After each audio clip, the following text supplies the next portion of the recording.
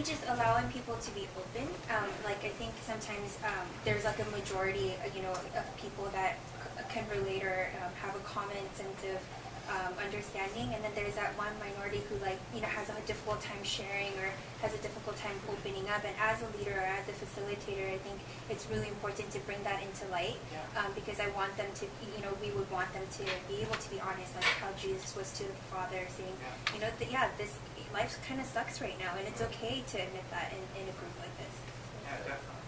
Great. Yeah, I mean, as a facilitator, and especially as you get to know the people within your groups, you may have someone who's shy, but I mean, they're bright and intelligent, but or they have their hesitancy to share within a group. As a facilitator, as you get to know them, really encouraging and almost drawing out their conversation in that safe environment that they can contribute, to the benefit of the whole group. I think that's good. Dusty, will you go into the focal point groups? I'll pass it back off to you. Just to save us from being redundant, I think everything we talked about that's all in community. Everything we discussed, and those are tangible pictures of what we want to find within our groups, this type of community we're looking for.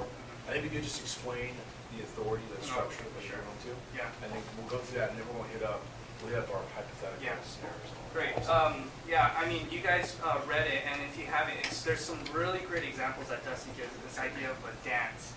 Now, I'm not much of a dancer, but I mean, I learned a little. I tried to do a little swing dancing with Tiffany, but I mean, there's this really sense of leading, being the lead, and then the other person. I forgot what the term was. The follower. I don't know what it is, but I mean, there's some really great examples of this idea of what the Trinity is, and how when we think about that, to run our focal point groups or to have within the focal point groups. Talking about the authority, you guys saw that.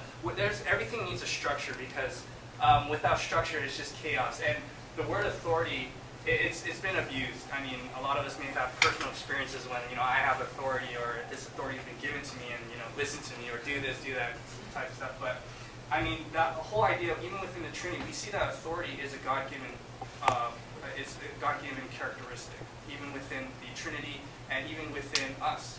And so when we think about this authority, we have this clear, I don't want to get militaristic, but a clear chain of command, or clear structure of who kind of talks to who. And not to say that, the guy on top can't talk to the guy on bottom, but we're talking about administrative or just running things.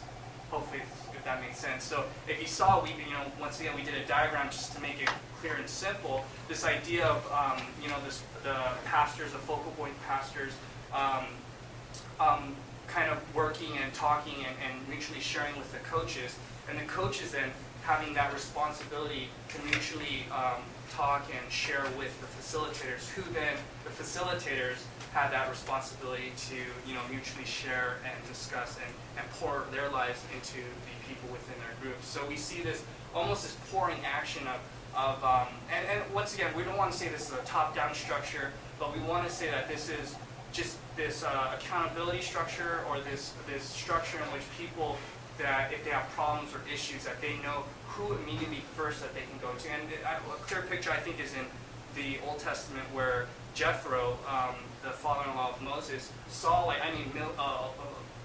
millions of Jews, just like a whole nation out in the desert, out and about, and Moses was trying to run and facilitate this whole nation. And his father-in-law told him, like, hey, you need to start sending people, over thousands, over hundreds, over tens, so that these people will be able to share your burden of governance and administration, and to hear their concerns. And the harder stuff, they can pass it up. And if it goes all the way to the top, it goes all the way to the top. And so that is just the idea of authority and structure, the part that we wanted to focus on. But then also, we may think like, oh, well, we're so tiny, like, we may not need a coach and stuff, but I believe it's good to establish while we're small, and while we still have this kind of fluid motion, that when we get really big, that we can control and be able to grow into that structure, almost like a skeleton, to have that structure in place, so that when you do grow, that it won't be all like crazy and all over the place, and people getting falling into the cracks, or issues going by the wayside. And so all of those have their purpose within this idea of authority. And of course, if we think about, once again, how the Trinity works, God the Father doesn't lord over the Son. They don't lord over each other. There's this great respect, this great love, and mutual concern, and working together for partnership. And so that idea is the pastors, the coaches, the facilitators, the group members, all having a structure or ministry design that they can operate and work within, that they'll be able to, with embodying those aspects of those characteristics of the Trinity, that the pastors won't be lording over the coaches, or the coaches won't be telling the facilitators what to do, but literally there's this idea of working and serving within their roles. And I know within the third section we'll be more specific about those roles within each one, but then we're also going to go to this idea of the hats, which is a great idea, some of the roles specifically for the facilitators themselves. You want to take over on that? On that, Sure. there is a true hierarchy within the Trinity. Yes. Jesus says, John 5, I have nothing apart from the Father. Jesus says then in John 14 through 16, Father and I, it's good that I leave because we're going to send the Holy Spirit. But why it works is because of humility. Yes. It doesn't mean there is a distinct hierarchy within the Trinity. And that's where we get the picture of marriage and children. Better than my wife and my children, but God has called me to lead my wife and my children. As my wife submits to my submission to God, then it all functions. So, I don't want to. It's not this. Everybody loves everybody.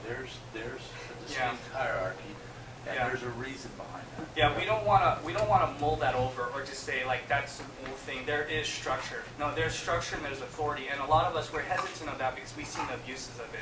But that doesn't discount that that's what it is. Just like when you have a husband who's an abusive husband, doesn't discount that a husband should still be the lead and father of the family.